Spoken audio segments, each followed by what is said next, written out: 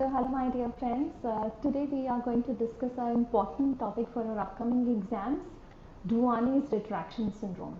So friends, I think restrictive squames will be a very potential question in your exams, as they have asked you many questions on paralytic squames now. So let us start discussing something about this very special one, Duane's retraction syndrome.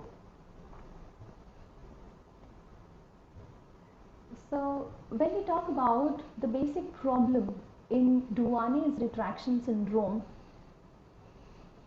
this can be discussed with the help of two theories. It can be a myogenic theory, the problem in the muscle itself, or it can be a neurogenic theory.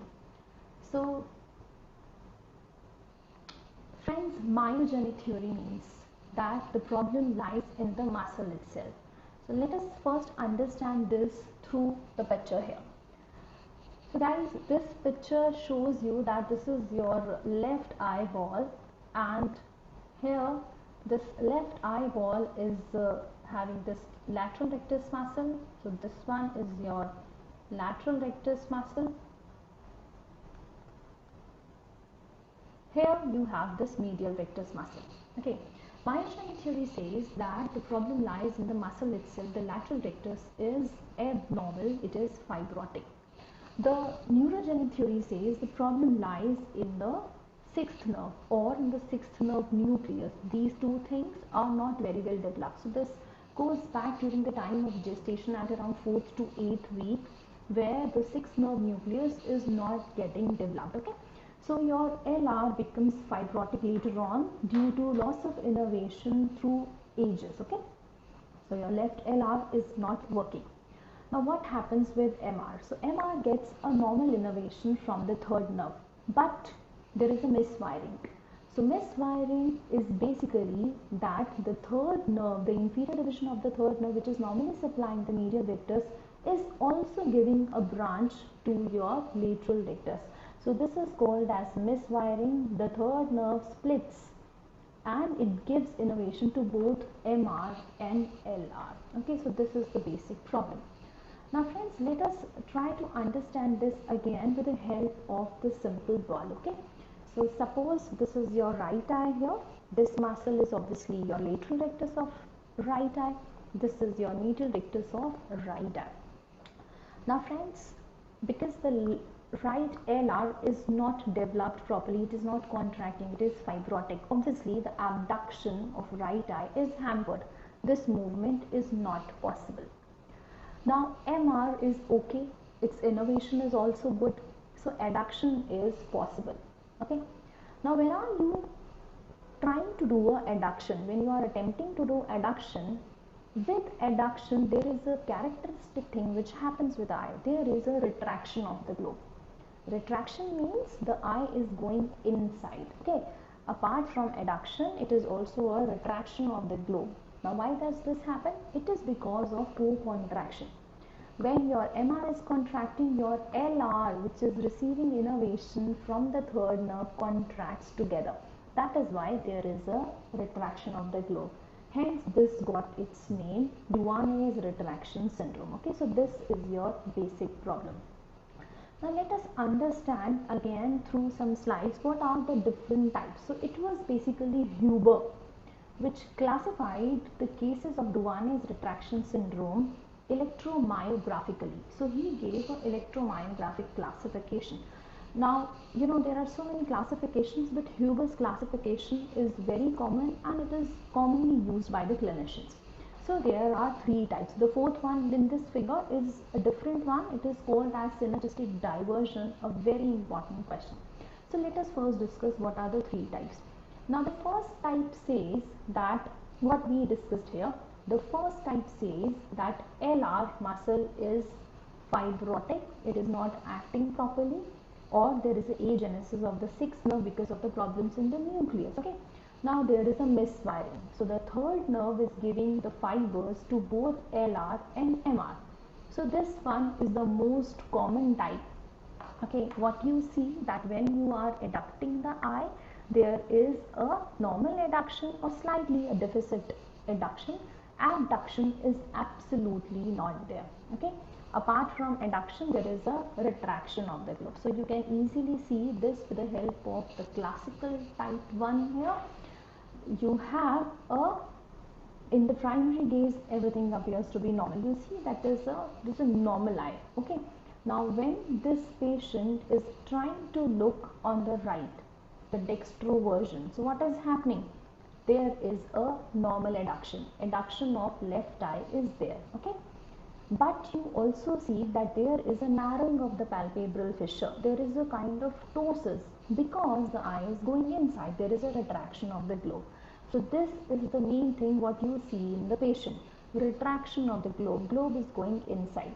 Now when this patient is trying to do abduction of the left eye, that is when he wants to look at the left gaze, this eye is moving normally, but here abduction is deficit. So this is the most common type 1 DRS. Now let us see what happens in your type 2. So type 2 is totally opposite. Very few cases are there in type 2. This is the least common type. So what is the opposite thing? Here abduction is good. So here they say that sixth nerve is rather intact, but you have a misfiring. Okay, so sixth nerve is normal, but you have misfiring, so definitely there will be a co-contraction of both LR and MR.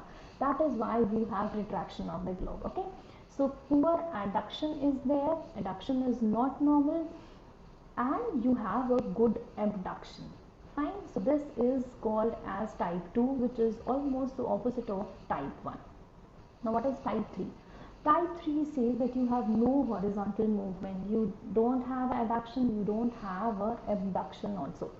So what is special there? The special thing is that sixth nerve is not developed. Sixth nerve nucleus or sixth nerve is not there. So LR is not getting any innervation from the sixth nerve. Rather, there is a miswiring, and here this time equal fibers are going to your LR and MR. That is why there is a retraction of the globe, but there is no horizontal movement. Whenever you try to look inside, there is an effort of adduction, there is a co-contraction, but there is no horizontal movement. Okay, now these are the three types given by Huber. Now what is this type 4? Type 4 is an additional thing which says that there is a paradoxical abduction when you try to do adduction. Now what happens here? What is the main problem here? The problem here is that the sixth nerve is not there, and here the third nerve is rather giving more fibers to your LR. Though it has to supply MR, it is supplying MR, but maximum fibers are going to the LR. So whenever you try to do a adduction, rather there is a abduction. So this can be a very important potential MCQ. What is the synergistic diversion? Synergistic diversion is when you try to do adduction, there is a abduction. Okay, so these are the four types which you must know. Now let us again see the type 2 and type 3 with the help of few pictures. Type 2, primary gaze, patient appears to be almost okay, or there can be a mild exotropia. Now when the patient tries to look towards adduction, or he wants to do dextroversion, this movement is little hampered. Can you see? Adduction is little hampered, but when abduction is tried, abduction is almost normal. So this is your type 2 DRS. Now what is this type 3 DRS? When you see in the primary gaze, everything appears to be normal, but when the patient tries to look on the left, this movement is gone, and through the right eye, this movement is also limited. So horizontal movements are not very good here. Okay, so this is called as type 3 DSR. Now friends, when we see the patients of the Duane's retraction syndrome, we often find a characteristic phenomenon in few patients. This is called as upshoot or downshoot. Now try to look at this picture first. When the patient is trying to do a adduction, okay, adduction is hampered, adduction is not appropriate. Apart from that, there is a upward movement of the globe. So this is called as upshoot. Now in another picture, the adduction is there, but it is associated with retraction of globe first. The globe is going inside, and there is a characteristic downshoot. So friends, these two are very important pictures because you may be confused in saying that this is a hypertropia of fourth nerve palsy, isn't it? Please do not get confused and don't say that just looking at this picture that this is a hypertropia of fourth nerve palsy. You have to look at the retraction of the globe. Okay, so retraction of globe, when you see this, is definitely a upshoot phenomenon in DRS. Okay, that is why this picture is important. Now let us try to understand why we have a upshoot and downshoot. So upshoot and downshoot is because of leash phenomenon. Now this leash, what is this leash? Leash is basically a cuff which you tie on your dog. Okay, so this is the type of control you have on your dog. If you don't have this kind of control, the dog will go, the dog will slip out of your control. So this is the same thing which is happening here. Let us try to understand this with the help of again a simple ball exam. Okay, so see this friends. So again, this is your right eye where you have a LR, you have a MR. Now when you have this adduction, okay, when you have this adduction, there is a retraction of the globe, and apart from retraction, sometimes you see that the eye is going either up or either down. Now why is this happening? This is happening because LR and MR both are required to maintain a horizontal stability. Now when LR is fibrotic, it is not holding the globe properly, so the eyeball slips away from the LR. When you are doing adduction, there is a slipping of the globe, there is a retraction, and there is an upshoot, or there can be a downshoot. So this is how you can explain why you have a upshoot and downshoot in your cases of Duane's retraction syndrome. Alright friends, so let's again quickly see the pictures which can be there in your question. So friends, sixth nerve palsy is a very important differential diagnosis of DSR type 1.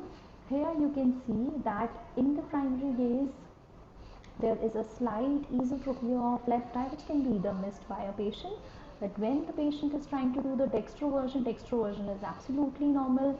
When the patient tries to do levoversion, the abduction of left eye is absent.